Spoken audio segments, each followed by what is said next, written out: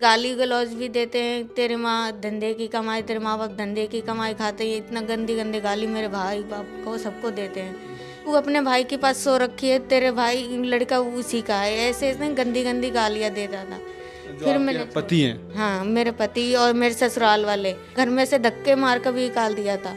फिर भी मैं नहीं गई, उसी गेट पे रोती रही हूँ। 1-2.5 साल का लड़का और 10 दिन की लड़की लेके आप जब गोद में बैठे थे, क्या आपको डर नहीं लगा कि मैं यहाँ से कहाँ जाऊँगी? कहते हैं मेरे को ये सब नहीं पसंद है, ये बोलते हैं कि ये रंडियों का काम होता है, ऐसे ऐसे गंदी गंदी गालियाँ देते हैं। तब बोलते हैं ना कि चाहे कितना भी पुलिस वाला आ जाए, यहाँ का कुछ नहीं कर पाएंगे, इसीलिए मैं हार गई। कहते हैं यहाँ पे बहू बेटी को जलाकर भी मार देंगे तो यहाँ का पुलिस भी कुछ नहीं उखाड़ पाएगी, ऐसे ऐसे गालियाँ देते। Hello everyone, welcome to our channel. सबसे पहले तहे दिल से बहुत बहुत शुक्रिया, आप लोगों ने हमारी वीडियोस को इतना ज़्यादा प्यार दिया है। बहुत सारे कॉल्स आ रहे हैं कि कैसे ये वीडियोस उनको मोटिवेट कर रही हैं, रिश्तों की समझ और ज़्यादा बढ़ने लग गई है, रिश्तों की कदर करनी शुरू कर दी है। लेकिन मैं आप लोगों से एक छोटी सी रिक्वेस्ट करूँगा, प्लीज़ एडॉप्शन के लिए या फिर शादियों के लिए कॉल ना करें। हमारे यहाँ पे किसी भी प्रकार का एडॉप्शन वगैरह वाली प्रथा नहीं है कि यहाँ पे हम एडॉप्शन नहीं करवाते हैं, ना ही शादियों के लिए हम यहाँ पे कोई भी क्वेरीज एंटरटेन करते हैं। तो प्लीज़ एडॉप्शन और शादियों के लिए कॉल ना करें। हाँ, अगर आपको कॉल करना है तो कॉल करिए डोनेशन के लिए, कॉल करिए यहाँ पे विज़िट करने के लिए। आप अपने बर्थडेज़, अपनी आप एनिवर्सरीज़ यहाँ पे सेलिब्रेट कर सकते हैं, अपने बच्चों के बर्थडे आप यहाँ पे सेलिब्रेट कर सकते हैं। एड्रेस यहाँ पे दिया हुआ है, आप यहाँ पे विज़िट कर सकते हैं। डोनेशंस में आप जितनी ज़्यादा हमारी हेल्प कर सकते हैं, जो भी आप अपने एक महीने का, जो भी आप अपनी सैलरी का जो भी परसेंटेज आप चाहते हैं, वो आप हमें डोनेट कर सकते हैं। अगर आपको लगता है कि आप पैसे नहीं डोनेट करना चाहते, वो आप कंफर्टेबल फील नहीं करते हो, तो आप राशन वगैरह भी इस एड्रेस पे भिजवा सकते हो। शुरू करते हैं हमारी वीडियो को और हम सुनते हैं कि ऐसी क्या मजबूरी आई कि इनको अपना घर छोड़कर यहाँ पर आना पड़ा। हेलो, नमस्कार। नमस्कार। तो आप मुझे बताइए कि ऐसा क्या हुआ कि आपको घर छोड़कर आना पड़ा यहाँ पे?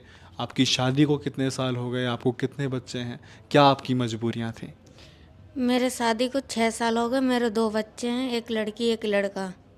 मेरे ससुराल वाले को लड़के चाहिए था, लड़की हो गई गलती से। अच्छा, जो बड़ा कौन है? लड़का बड़ा है या लड़की? लड़का बड़ा है, लड़की छोटी है। अच्छा, कितने साल का है लड़का? 2 साल का, 2.5 साल का हो गया है। लड़की अभी 1 महीने की हो गई है।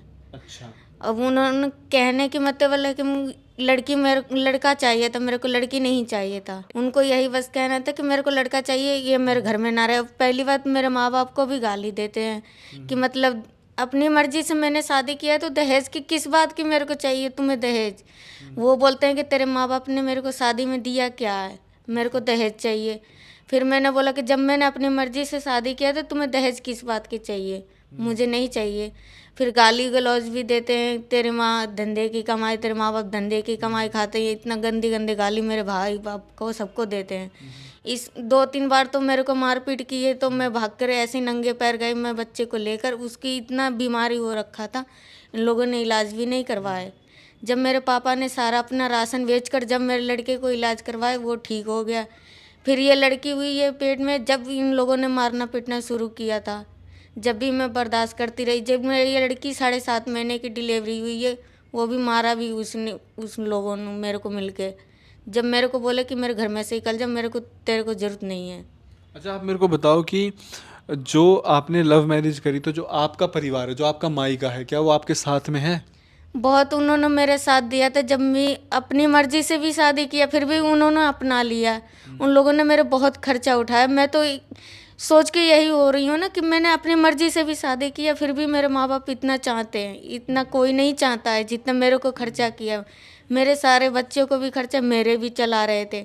लेकिन इस बार जो मेरे भाई को भी गलत इल्ज़ाम लगाया था ना कि ये तू लड़का है जो अपने भाई के लिए रखी है, ऐसे गंदे गंदे गाली दे रखे। जब मेरे भाई खिलाफ हो गए, इस टाइम मैंने मेरे को मना कर दिया कि मेरे दरवाजे पे मत आना। तो अब आपके जो भाई हैं उन्होंने मना कर दिया है कि अब मत आना? हाँ, और मना कर किस लिए, क्या इल्ज़ाम लगा दिया था, क्यों मना कर दिया? कि तू अपने भाई के पास सो रखी है, तेरे भाई लड़का उसी का है, ऐसे ऐसे गंदी गंदी गालियाँ देता था। जो फिर आपके मैंने पति हैं? हाँ, मेरे पति और मेरे ससुराल वाले कहते हैं जादू टोना तू करवाती, अगर मेरे को जादू टोना करवाना होता तो मैं बच्चे क्यों करती, मेरी ऐसी शादी से पहले कुंवारी रह जाती। अच्छा, आप मेरे को ये बताओ कि जो ये आपका पति है, तो जो इसके मम्मी पापा मतलब आपके सास ससुर वो हैं? वो मेरे सास ससुर ही मेरे को तो मार करवाते हैं, अगर मैं अगर फ़ोन ना करे ना तो मेरे को मार भी ना पड़े, वो फ़ोन कर करके इनको टॉर्चर करते हैं, जब ये मेरे को मारना शुरू करते हैं। मैंने ये भी वो मतलब क्या टॉर्चर करते हैं, क्या मतलब उनको आप पसंद नहीं थे? उनको पसंद नहीं है, मैं शुरू से मेरे से नफरत करते हैं, मेरे ससुराल वाले मुझसे नफरत करते हैं कि ये इससे शादी ना करे। इन्होंने ज़बरदस्ती कर लिया, पर अब पीने खाने लग गए ना तो इनको भड़काते हैं कि इसको छोड़ दे। अब वो बोलते हैं दूसरी शादी करने के लिए, जब छोड़ दिया उन्होंने। अच्छा, मेरे को आप ये बताओ कि जब ये आपकी गुड़िया जो अभी आपको हो गई है पेट में थी, तो ये उस टाइम पे आपको पूरा परिवार मिलकर टॉर्चर करता था? पूरा परिवार। एक बात बताइएगा, अकेली लड़की सारा परिवार को तो वो नहीं कर सकती है, बदनाम भी मार कुछ गाली गलौज भी नहीं कर सकती है।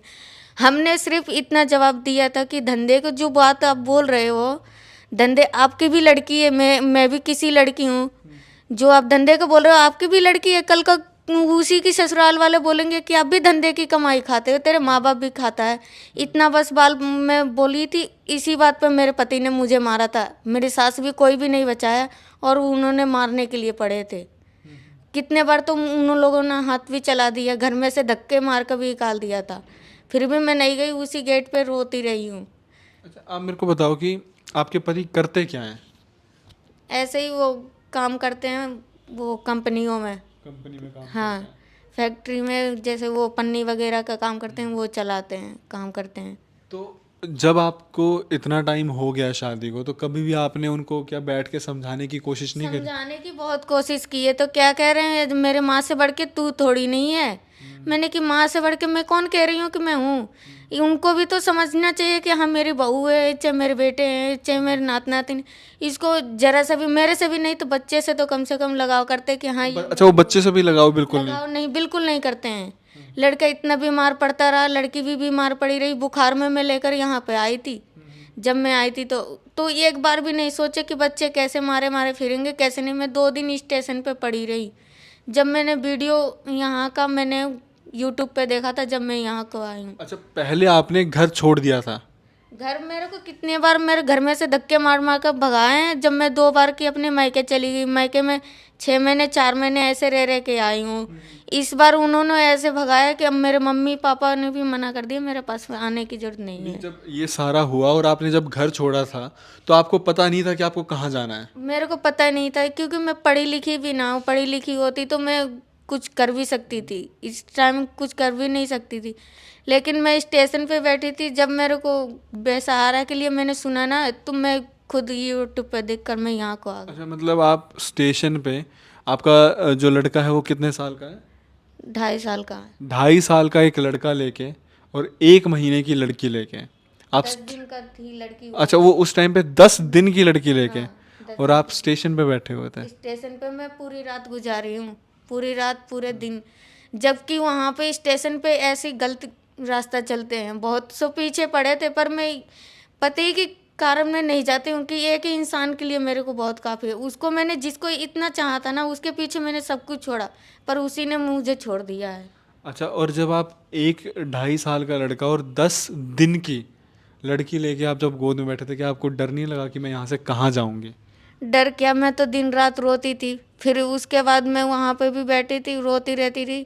जब मेरा फ़ोन मेरे चार्ज हुआ, जब मैंने उस पर मंगा कर देखा, मेरे बिना सहारे के लिए घर कहाँ पे रहने की ठिकाना है, जब मेरे को यहाँ का दिखा, मैं जब यहाँ पे आई हूँ। अच्छा, आपने मतलब गूगल या यूट्यूब पे डाला था बिना सहारे का घर कहाँ पे होगा? हाँ, उस पर मैंने बोल कर मंगाया, जब मेरे को यहाँ पे पता चला, जब मैं यहाँ पे फ़ोन करती हुई आई हूँ। अच्छा, अब फिर जब आप यहाँ पे आ गए, आपको यहाँ आके कैसा लगा? मेरे को यहाँ पे बहुत अच्छा लगा है। मेरे जैसे अपना मेरे मायके में जितना कदर नहीं होने चाहिए ना, इतना यहाँ पे मुझे होता है। और ना ही मेरे बच्चे को भी दिक्कत होता है, ना यहाँ मेरे को दिक्कत होती है। मैं बहुत आराम से रहती हूँ। और आप जब यहाँ पे आके, जो हमारे माइका के फाउंडर हैं अविनाश जैन जी, जब आप उनसे मिले तो आपको कैसा लगा उनसे मिलके? बहुत अच्छा लगा, भैया बहुत अच्छे हैं। इन्होंने इतना कुछ किया है ना कि मेरे को बहुत अच्छा लगा। इनको मैं भगवान ही मानती हूँ, जो मेरे सब कुछ छोड़ने के बावजूद मेरे को सहारा दिया इन्होंने। अगर अविनाश, ये नहीं होते तो मैं सड़क पे भटकती होती।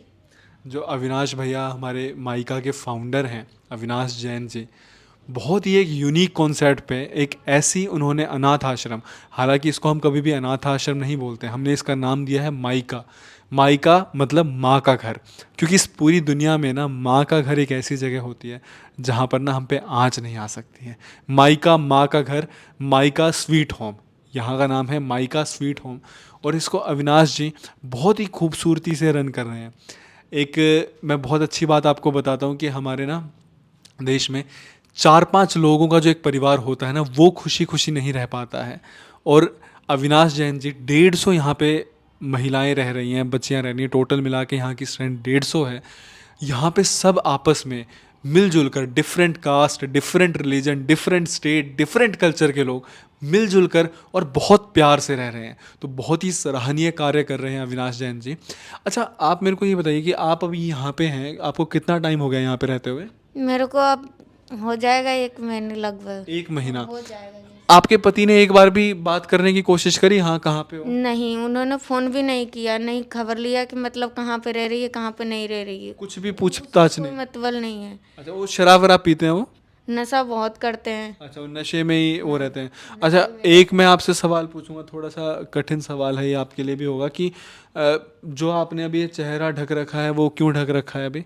आप मतलब खुल के क्यों नहीं आना चाहते हो बाहर? क्योंकि उन लोगों को ऐसे पसंद नहीं है वीडियो वगैरह मेरे को बनाने। कितनी बार तो मैंने बनाने की भी कोशिश किया तो उन लोगों ने मारपीट कि यहाँ पे ये सब नहीं चलेगा। मुझे इस घर में घर में नहीं चलेगा। अगर तुझे बनाना है तो तू सड़कों पे जा, चाहे अपने मायके में जा, मेरे को घर में रहने की जरूरत नहीं। तो अच्छा, वो व्हाट्सएप वगैरह पे भी आपको नहीं लगाने देते फोटो? भी नहीं लगाने देते हैं, कहते हैं मेरे को ये सब नहीं पसंद है। ये बोलते हैं कि ये रंडियों का काम होता है, ऐसे ऐसे गंदी गंदी गालियाँ देते हैं। तो इसीलिए हम लोग नहीं चाहते। अच्छा, कभी उन्होंने क्या आपको मतलब मारा हो? तो कभी ऐसा भी हो कि बिल्कुल आपको बहुत ज़्यादा पीट दिया हो बिल्कुल? हाँ, बहुत ज़्यादा। एक बार पीटा था कि मैं तो उठ भी नहीं पाती। जब मेरे एक बार भाई भी हाथ उठा दिया था, मेरे भाई के सामने इन लोगों ने मेरे को मारा था, तो मेरे भाई ने हाथ उठा लिया और कॉलर पकड़ लिया, तो उस दिन मेरे को छोड़ दिए। फिर उसी दिन से मेरा भाई नहीं मेरे पास रहता है, नहीं आता है और न मेरे से बात भी करता। कभी इतना सब कुछ हो गया, कभी क्या एक बार भी आपने थाने वगैरह जाके नहीं वो ये कोशिश? सब बोलते हैं ना कि चाहे कितना भी पुलिस वाला आ जाए, यहाँ का कुछ नहीं कर पाएंगे। इसीलिए मैं हार गई। कहते हैं यहाँ पे बहू बेटी को जलाकर भी मार देंगे तो यहाँ का पुलिस भी कुछ नहीं उखाड़ पाएगी, ऐसे ऐसे गालियाँ देते। ये उत्तर प्रदेश से हैं और वहाँ पे इनके हस्बैंड ये स्टेटमेंट दे रहे हैं कि अगर मैं तुझे जला के मार भी दूंगा ना हमारे यहाँ पे बहन बेटी, तो भी पुलिस वाले कुछ नहीं कर पाएंगे। ससुराल वाले भी कहते हैं, पति तो कहते कहते ससुराल वाले सारे कहते हैं।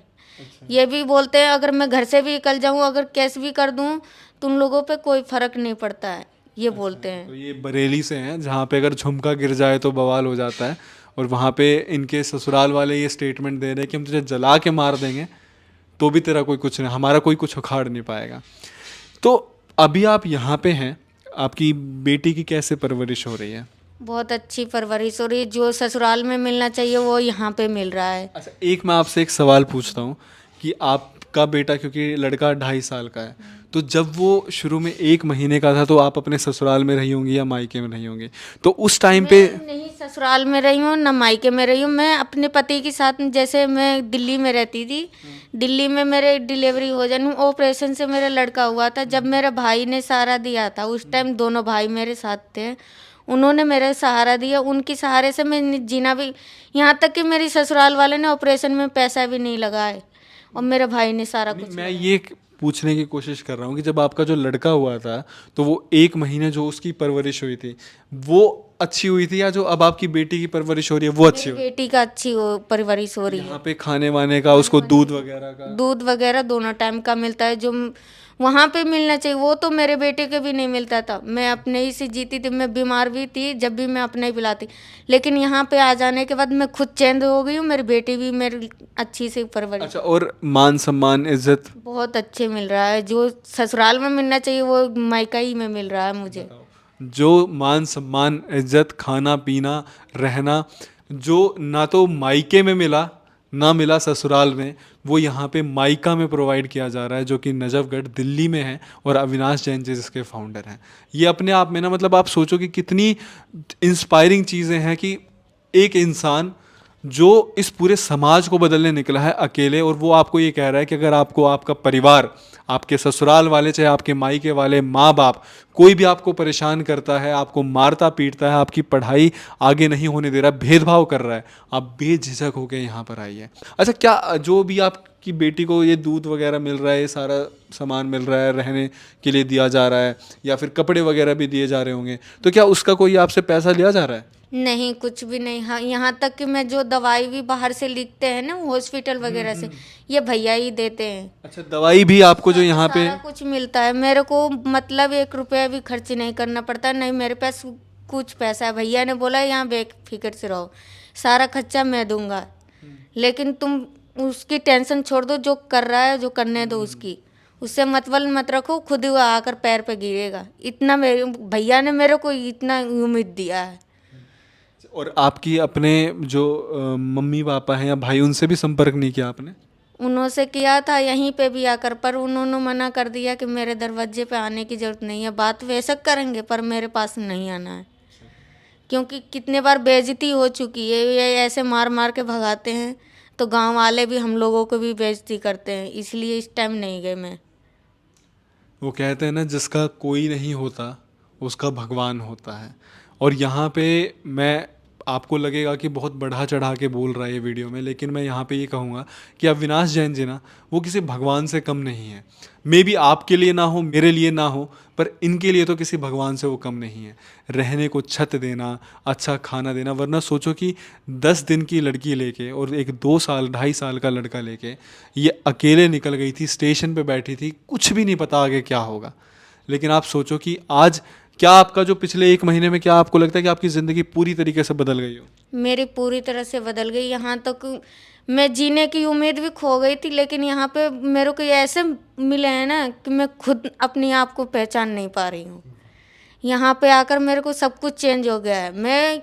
इन्होंने मेरे को भगवान बन के आए हैं एक रूप में, जो मुझे घर रहने की भी दिए, मेरी बेटी को भी सहारा मिला है, मेरे बेटों को भी मिला है। ऐसा किसी को भी नहीं मिला है जो आज मुझे मिला है। मैं तो यही दिल से कहती हूँ कि जो मेरे साथ करता है ना, उसको धन्यवाद करना चाहिए दिल से ही। जो इतना मेरे लिए किया है ना, वो मेरे को भगवान से भी बढ़ के हैं। जो मंदिरों में पूजा करते हैं उनको इनको भी करना चाहिए। तो बहुत बहुत शुक्रिया आप लोगों का भी, क्योंकि आप लोगों ने भी बहुत सपोर्ट किया है। मैं बस एक छोटी सी रिक्वेस्ट करूँगा कि इस वीडियो को जितना ज़्यादा हो सके ना, आप शेयर करिएगा।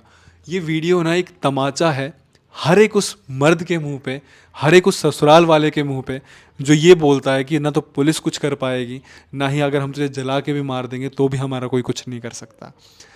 जितना ज़्यादा हो सके इस वीडियो को आप शेयर करना। मे बी ये वीडियो आपके लिए उतनी ज़्यादा यूज़फुल ना हो, लेकिन क्या पता आपका एक शेयर इस वीडियो को किसी एक ज़रूरतमंद इंसान तक पहुंचा दे। एक और छोटी सी रिक्वेस्ट करूंगा कि जितना ज़्यादा हो सके आप लोग यहाँ पे आइए, विज़िट करिए, ताकि आप लोगों को ना रिश्तों के बारे में भी समझ आएगा। क्योंकि यहाँ पर कुछ लोग ऐसे हैं जिनके पास रिश्ते नहीं हैं, पर उन्होंने नए रिश्ते बनाए हैं और वो उन रिश्तों के साथ बहुत खुश हैं। और कितना अजीब है ना कि हमारे पास हर एक रिश्ता होते हुए भी हम अपने माँ बाप के साथ रह रहे हैं, फिर भी हम उनकी कदर नहीं करते हैं। बहुत बहुत शुक्रिया इतना ज़्यादा प्यार देने के लिए। वीडियो को लाइक करना मत भूलिएगा, और अगर आपको डोनेशन करना है तो नंबर यहाँ पे मेंशन है। प्लीज़ एडॉप्शन के लिए और शादियों के लिए कॉल ना करें। बहुत बहुत शुक्रिया।